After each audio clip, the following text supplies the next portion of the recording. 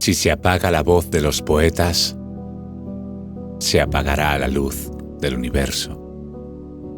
El poeta se entrega tras sus metas, dando el alma desnuda entre sus versos. Sabe que siempre habrán personas necias que quieran destronar la voz que clama. No pueden derrotarlo y lo desprecian, intentando borrar todo cuanto ama. Por mucho que pretendan apagarla, su voz se elevará hasta el infinito. No importa si pretenden anularla, ella levantará más alto el grito. Se despoja de cualquier atadura que le haga preso al divagar del mundo. Se nutre de dolor o de ternura desde el hueco del alma más profundo. Se mece en el diván de la palabra, se destierra en el limbo del sentido, se acurruca en la estancia más macabra o se adhiere a los cauces del olvido. Solo quiere expresarse desde dentro, sin importar que nadie le comprenda, derramar el sentir del vivo centro, aunque el mundo le obligue a pagar prenda. El poeta es el don de la palabra de Dios hecha poesía, la expresión de la vida que nos labra, surco a surco, su hermosa alegoría. El poeta es, en fin, la musa mágica que versa declamando en su armonía. Del poemario Páginas Vivas de Mari Carretero, a quien le damos de nuevo las gracias por prestarnos su trabajo para abrir nuestro espacio. Bienvenidos una vez más al universo de Almas de Letras, que, como veis, es un lugar íntimo donde uno puede compartir su sentir, ya sea fruto de las experiencias o de la imaginación. Y si tenéis a alguien especial, a una personita que os ronda la cabeza, a quien quisierais hacer llegar vuestra palabra de una forma más seria y profesional, no dudéis en poneros en contacto conmigo para realizar esa dedicatoria al email que dejo siempre en la descripción y en el comentario fijado. En el día de hoy continuamos con la lectura de la tercera y cuarta parte de las 5 que conforman el relato de El Inmortal de Jorge Luis Borges. Si eres nuevo en el canal, puedes acceder a la primera y segunda parte simplemente haciendo clic sobre la lista de reproducción del Inmortal. Ahora sí, sin más dilación, comenzamos.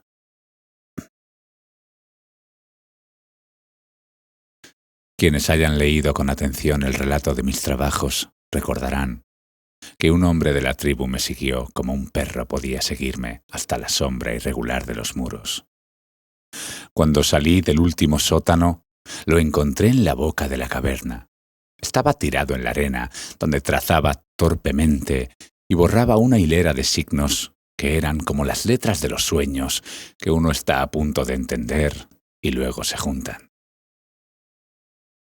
Al principio creí que se trataba de una escritura bárbara. Después vi que es absurdo imaginar que hombres que no llegaron a la palabra lleguen a la escritura. Además, ninguna de las formas era igual a otra, lo cual excluía o alejaba la posibilidad de que fueran simbólicas. El hombre las trazaba, las miraba y las corregía. De golpe, como si le fastidiara ese juego, las borró con la palma y el antebrazo. Me miró. No pareció reconocerme. Sin embargo, tan grande era el alivio que me inundaba, o tan grande y medrosa mi soledad, que di en pensar que ese rudimental troglodita que me miraba desde el suelo de la caverna había estado esperándome. El sol caldeaba la llanura cuando emprendimos el regreso a la aldea, bajo las primeras estrellas. La arena era ardorosa bajo los pies. El troglodita me precedió. Esa noche concebí el propósito de enseñarle a reconocer y acaso a repetir algunas palabras. El perro y el caballo, reflexioné, son capaces de lo primero. Muchas aves, como el ruiseñor de los Césares, de lo último. Por muy vasto que fuera el entendimiento de un hombre, siempre sería superior al de irracionales. La humildad y miseria del troglodita me trajeron a la memoria la imagen de Argos, el viejo perro moribundo de la Odisea. Y así le puse el nombre de Argos y traté de enseñárselo. Fracasé y volví a fracasar. Los arbitrios, el rigor y la obstinación fueron del todo vanos. Inmóvil, con los ojos inertes, no parecía percibir los sonidos que yo procuraba inculcarle. A unos pasos de mí era como si estuviera muy lejos. Echado en la arena, como una pequeña y ruinosa esfinge de lava, dejaba que sobre él giraran los cielos, desde el crepúsculo del día hasta el de la noche. Juzgué imposible que no se percatara de mi propósito. Recordé que es fama entre los etíopes que los monos deliberadamente no hablan para que no los obliguen a trabajar, y atribuí a suspicacia o temor el silencio de Argos. De esa imaginación pasé a otras aún más extravagantes. Pensé que Argos y yo participábamos de universos distintos. Pensé que nuestras percepciones eran iguales, pero que Argos las combinaba de otra manera y construía con ellas otros objetos. Pensé que acaso no había objetos para él, sino un vertiginoso y continuo juego de impresiones brevísimas. Pensé en un mundo sin memoria, sin tiempo. Consideré la posibilidad de un lenguaje que ignorara los sustantivos, un lenguaje de verbos impersonales o de indeclinables epítetos. Así fueron muriendo los días, y con los días los años. Pero algo parecido a la felicidad ocurrió una mañana. Llovió con lentitud poderosa. Las noches del desierto pueden ser frías, pero aquella había sido un fuego. Soñé que un río de Tesalia, a cuyas aguas yo había restituido un pez de oro, venía a rescatarme. Sobre la roja arena y la negra piedra yo lo oí acercarse. La frescura del aire y el rumor atareado de la lluvia me despertaron. Corrí desnudo a recibirla. Declinaba la noche. Bajo las nubes amarillas, la tribu, no menos dichosa que yo, se ofrecía a los vívidos aguaceros en una especie de éxtasis. Parecían coribantes a quienes posee la divinidad. Argos, puestos los ojos en la esfera, gemía. Raudales le rodeaban por la cara, no solo de agua, sino, después lo supe, de lágrimas. «¡Argos!», le grité, «¡Argos!». Entonces, con mansa admiración, como si descubriera una cosa perdida y olvidada hace mucho tiempo, Argos balbuceó estas palabras: «Argos, perro de Ulises».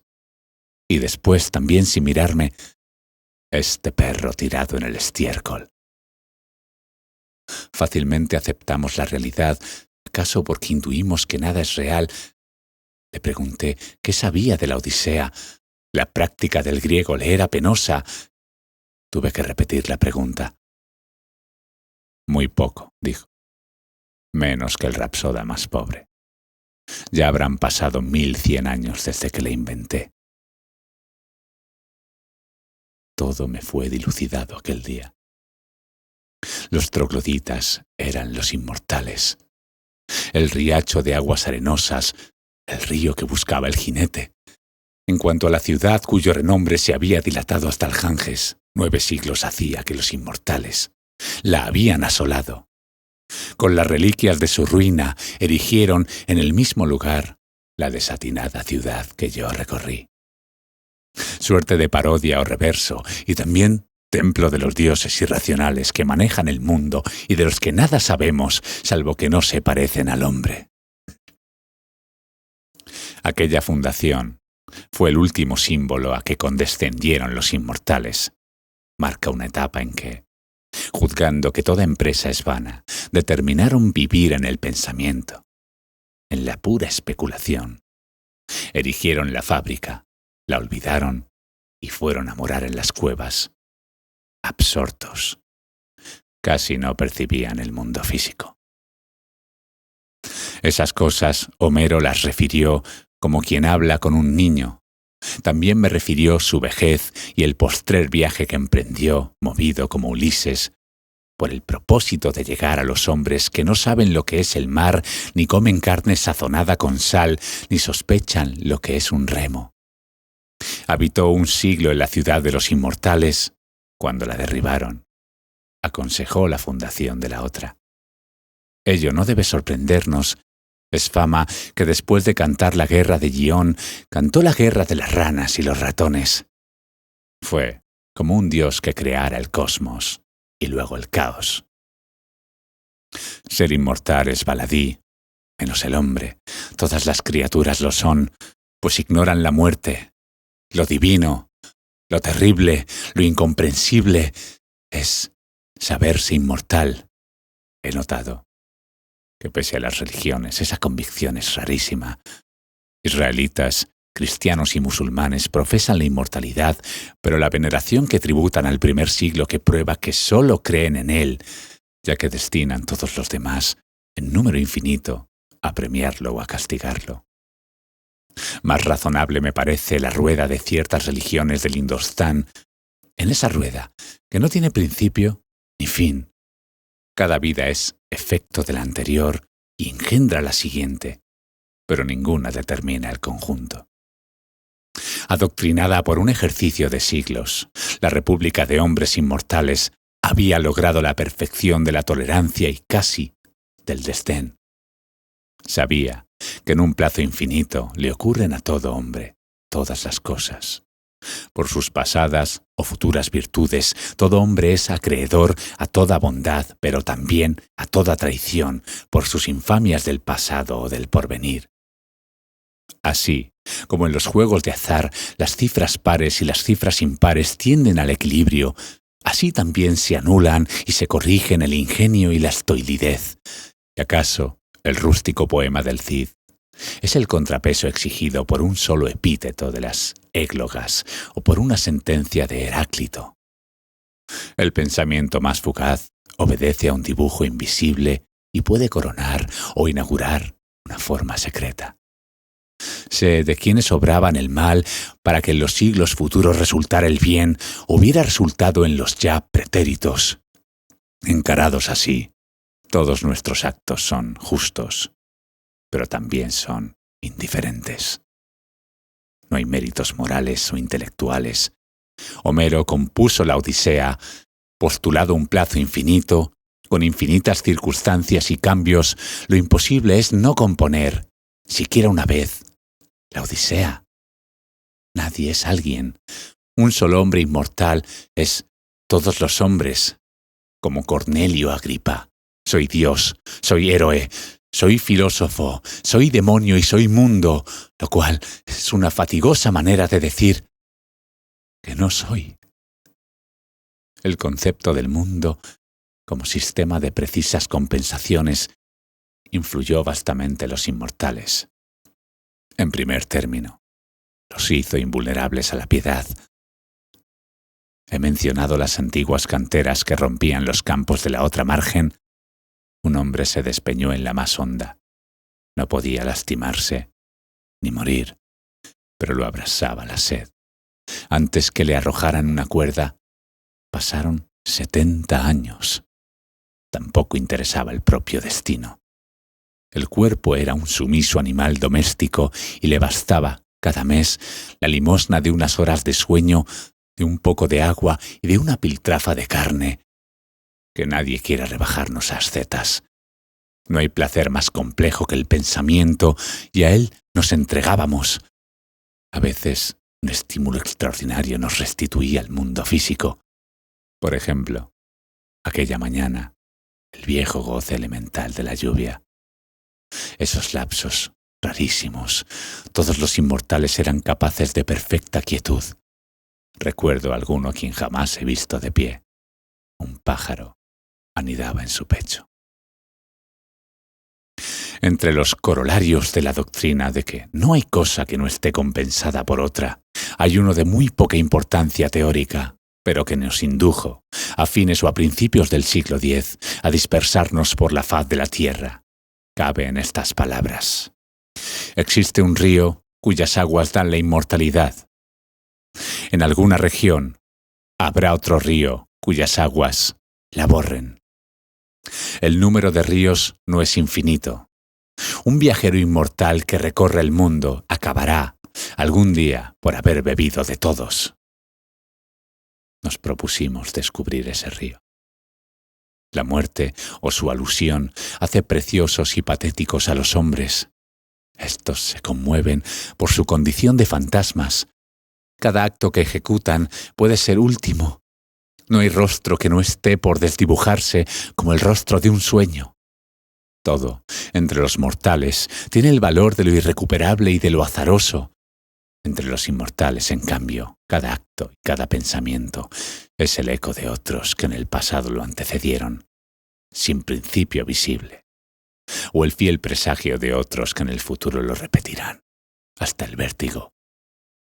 No hay cosa que no esté como perdida entre infatigables espejos.